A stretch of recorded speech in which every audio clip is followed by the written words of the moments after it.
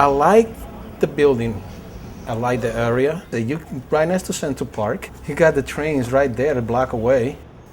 But things can be better if management do what they're supposed to. I got 2 windows that don't close in winter.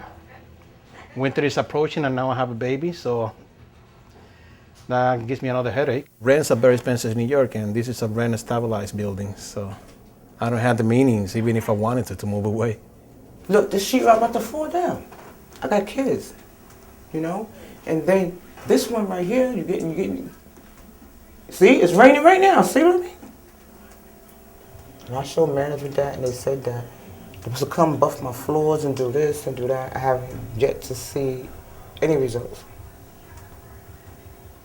About 2 years ago, I was having a water leak in my bathroom.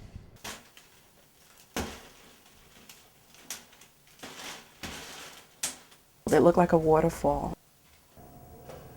Management came by and observed the conditions and told me that they would get back to me. It became unbearable, and I had no response from anyone within management. I found out that it wasn't only myself that was suffering. It was tenants throughout the building. You see, this is what I mean. Come here, Tanya. Oh, that's from all water damage. That's all that. What I do, I just scrape it and cover it with cement. And your sink, And oh my God. this is the sink, you see? Yeah. Yeah, and no hot water, you see, I can't, unless I open it through here. See, And that's the scalding hot water. That's we're the talking scalding about. hot water, yes, it has to be turned off constantly because of that. I tightened it a little bit through the inside. At least it's not that loose like before. So they told me to put a stick on it. How am I gonna put a stick on that with kids here? In response to the poor conditions at 60 St. Nicholas Avenue, Tangia helped form a tenants association. She is the vice president. Did they come to your apartment or management? Schedule an appointment or anything like that? Nothing? No phone calls? But you still have the repairs that you gave me? I just say, whatever they say at this point, take it with a grain of salt, because we've been through this. We went through this when we submitted the initial complaints and nothing was done.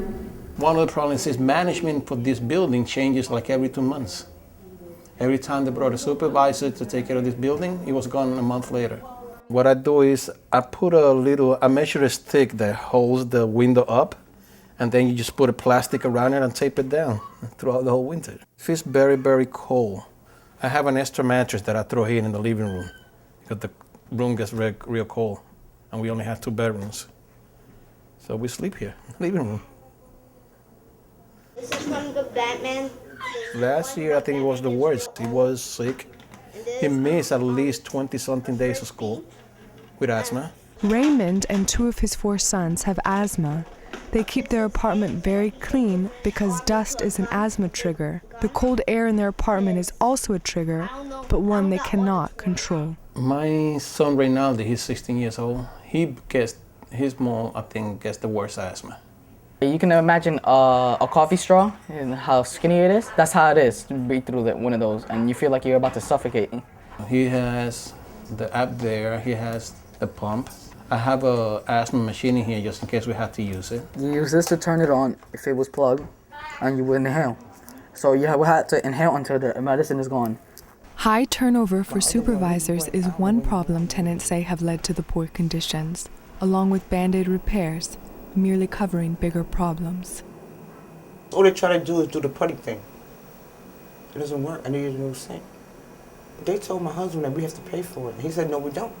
It wasn't our fault. It cracked right in half on the floor. We lived here so long, and so it started to deteriorate. 60 St. Nicholas Avenue may be in decline, but surrounding Harlem is booming. Blocks away is what is soon to be Donald Trump's newest building. $1 million luxury condominiums overlooking Central Park. This is considered a low-income complex. Many of the tenants receive subsidies from the government. My portion of my rent is only $358. Right around the corner, some of my true neighbors are paying $3,000 a month for the same apartment. So we do recognize and appreciate what we have, but we do expect to be treated humanely and live in normal conditions under normal circumstances. Just looks like invasion of the mole. Yeah. The building's managers are Prestige Management.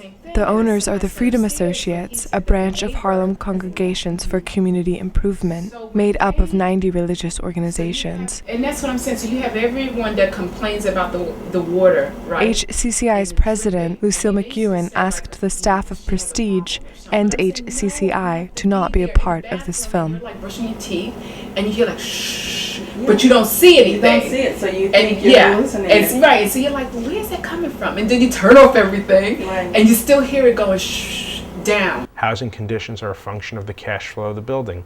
So every owner wants to always maximize the cash flow in their building because then they can take better care of their building.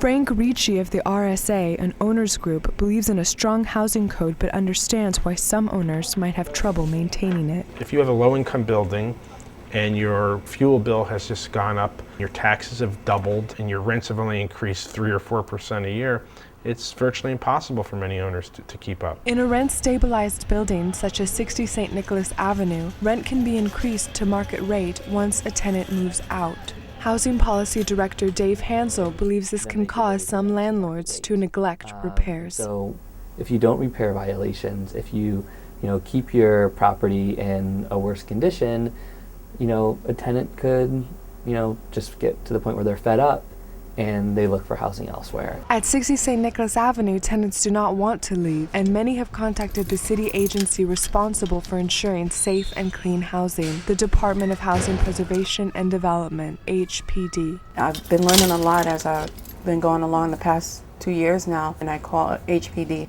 And when they came, the inspector immediately had a letter written up and sent to my management company. He described it as life-threatening conditions. And that's when I thought things were finally going to be done. After 1 month, Prestige Management made repairs. The toxic mold returned 1 month later. I mean, they did her ceiling like 3 days, and about 3 days after, I went to her house and it was leaking. And on Saturday when I went there, the whole ceiling was completely black. I was like, what is this? It's ridiculous. Basically, the inspectors go out there, they report the violations. There's very little follow-up. It's not until the Housing Litigation Bureau can bring these before a judge where they actually get any real relief.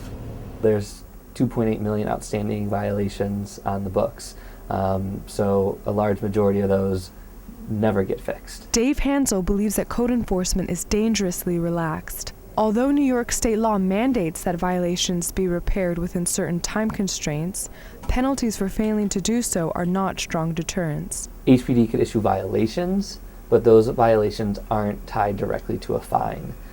So housing court has to attach fines to that violation. So there's this disconnect. I mean, probably the best thing that they can do is tenants in a building get together, request petition complaints, and have it brought before a housing court judge.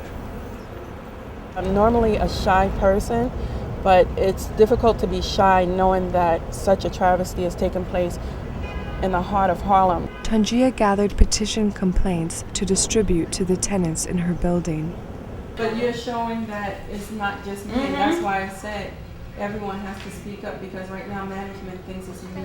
That's what I told her, that I was scared, just scared dealing with the courts and all that. That's what, and I know there's a lot of people like me, that's what it is, and they don't know their rights. With encouragement from Tangia, almost 50% of the building signed the They petitions, came up, what was it, last month, to collect the rent. each voicing their own Yeah, and outrage. they were knocking on doors, you see? And they came and she came in and sat down, oh, the rent. I said, but how about the issues in the apartment? Oh, they haven't fixed anything. I'm like, no. Without a lawyer to help her, Tangia initiated a class action lawsuit against management. I'm a bit nervous only because I wish I knew more about the law and my rights and their rights. I'm sure they're taking advantage of the situation.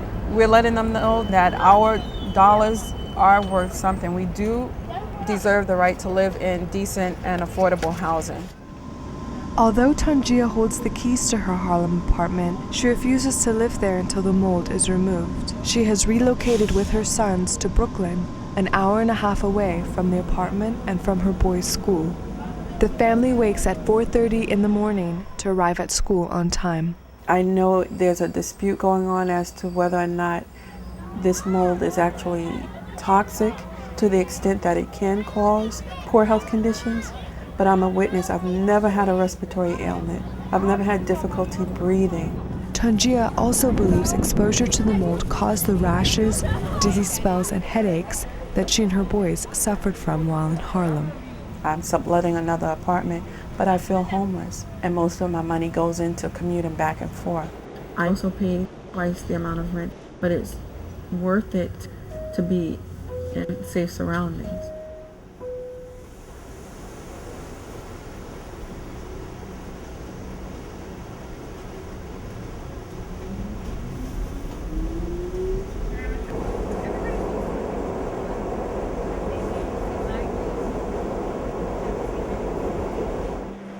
At the day's end, the family returns to Brooklyn. Tangia is disabled, injured at her former job as a bus driver, and needs to take a slower pace.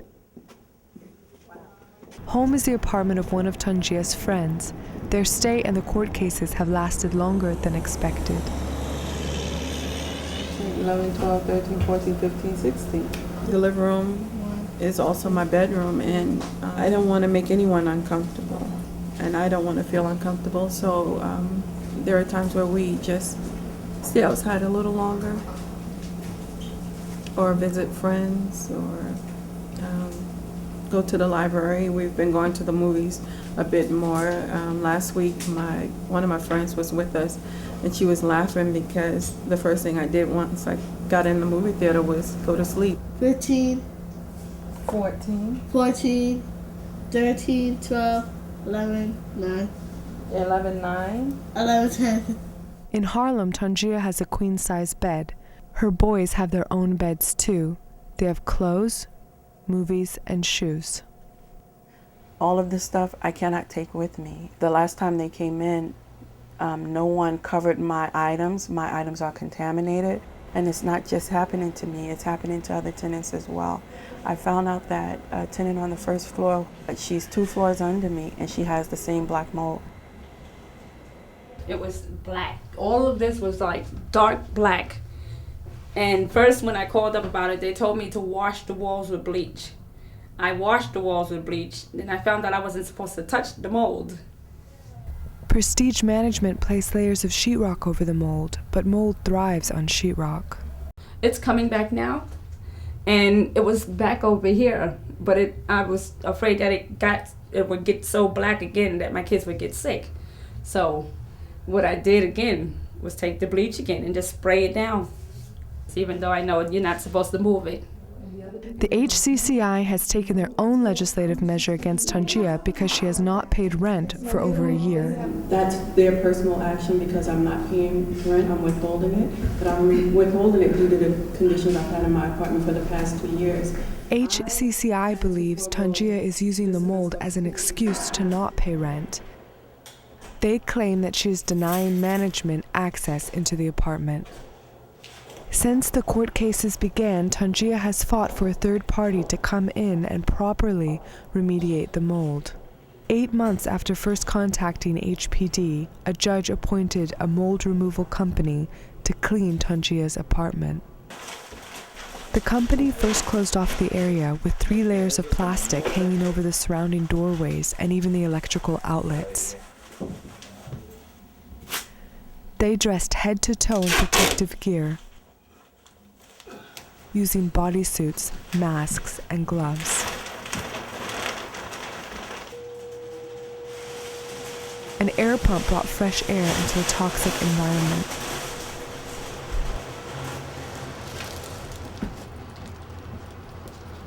Management's main argument at this point in time is that I don't want to give them access. Who would not want to give access? Who wants to pay double the rent to live elsewhere when they have their own home and their own space and own perceived sense of security? Why would I not want to give someone access to clean this up? My whole life is in that apartment, and I haven't had access to it for more than a year. The walls in Tanjia's bathroom were removed, exposing the leak that helped the mold to grow. The damaged floor was thrown out, but all the progress came to a halt. Tanjia hired an environmental company to confirm that the area was clean, but their tests found traces of mold. The bathroom cannot be fully restored until all the mold is gone. Well, there are a few things I want to say, especially to those, I will call them the voiceless, those that are not well off financially, those that are not educated. Don't give up. If you feel that your issues are falling on deaf ears, go to the next person. My next thing that I'm going to do is just take pictures of the conditions in my bathroom and stand in front of the owner's organization or in front of the mayor's office, in front of HPD. If you don't hear me, you will see me.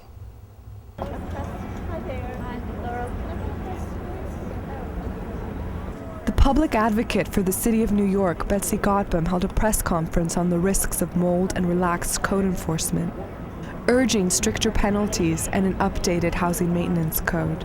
Tanjia told her story along with others. And though the journey has not ended and her building's court cases are ongoing, the support added to her strength.